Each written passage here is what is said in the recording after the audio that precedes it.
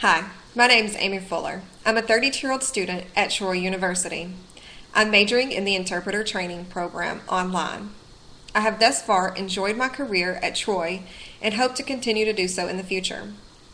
Now, we are doing our final research project and presentation for our Introduction to Interpreting course, which I have chosen to do mine on State Licensure of Interpreters. Here you'll see on my first slide that there's a comic strip, signs that your sign language interpreter may be a phony.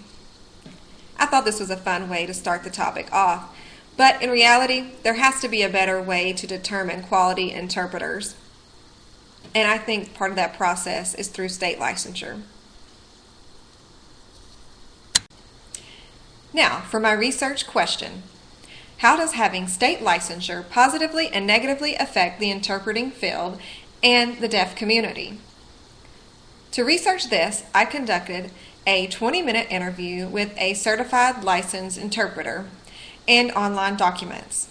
Those documents included an article on deaf community pushing for state to license interpreters from the Miami Herald, sign language interpreter licensure, retrieved from the New Mexico Commission of the Deaf and Hard of Hearing, and lastly, sign language interpreter licensure, retrieved from VC Interpreting.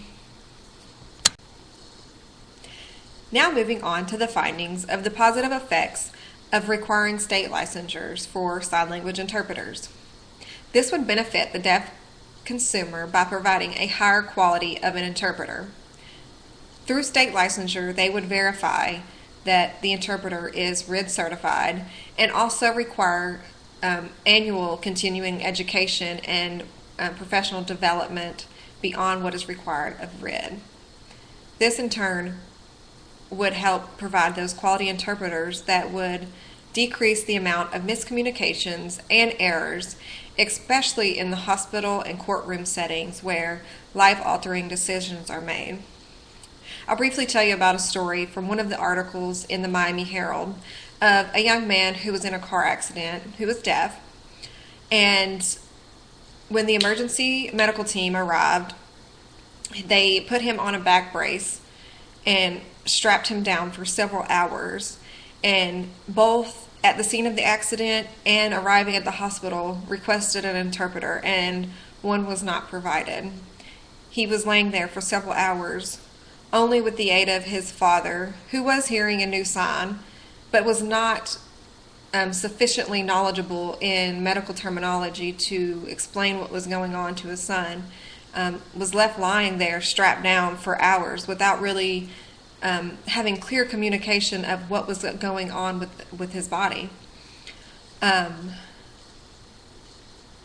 With state licensures, those hospitals were required to provide them with a qualified interpreter that was prepared and knowledgeable of that situation. Moving down to children's education would greatly improve. Now, according to my interview, especially in the state of Tennessee where I live, anybody off the street can get a job as a sign language interpreter in the educational setting.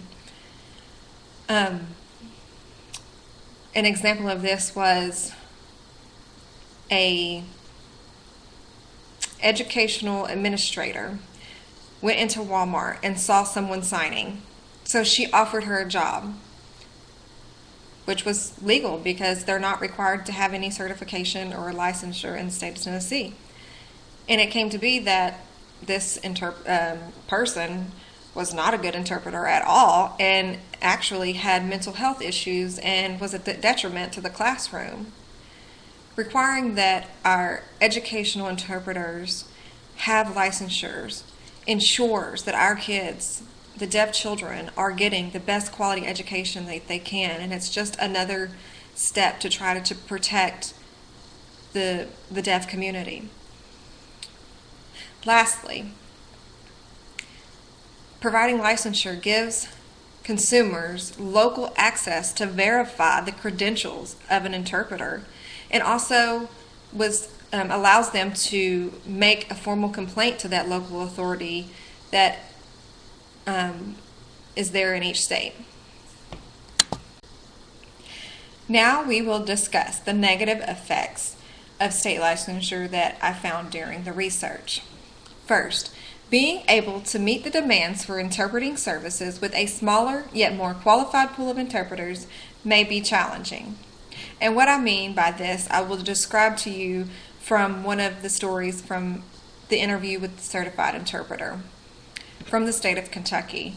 Before they had licensure laws, there were a lot of uncertified and unqualified people interpreting, and as this law passed, you had all those people who had not yet got certified or licensure that couldn't work now. So now you're drawing from a smaller pool of, yes, more qualified, but is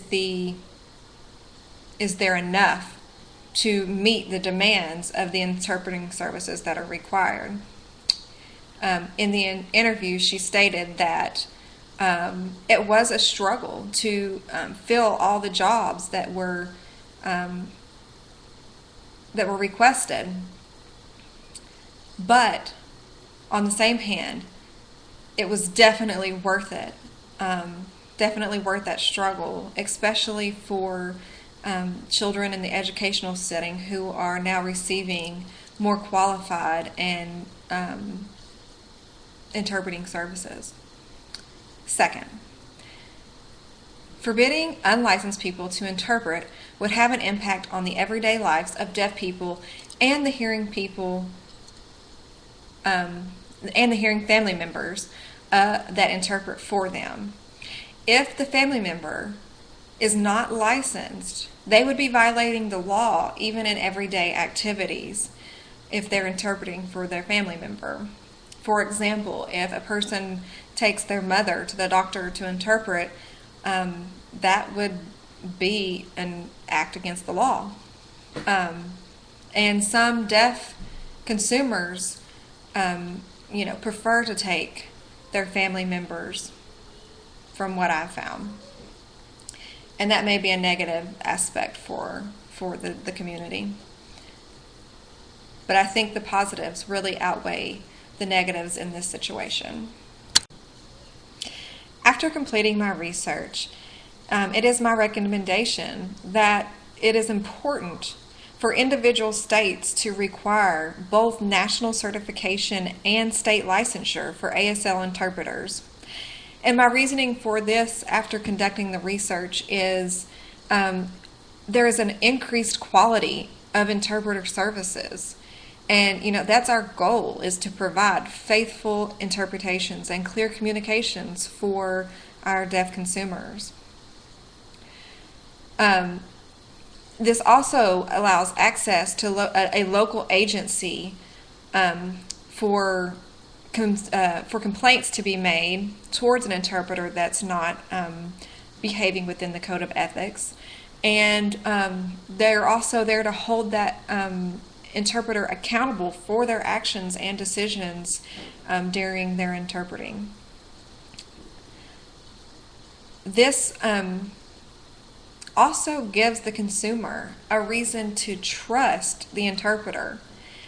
If the consumer knows that the interpreter has a license and is certified, that they have, had required amounts of continuing education and certification, that they have at least met a minimum standard of quality. And lastly, and most importantly, I believe, is that it provides protection of the deaf consumer. Our main goal is for that clear access of communication, and I think licensure helps in that process. Thank you.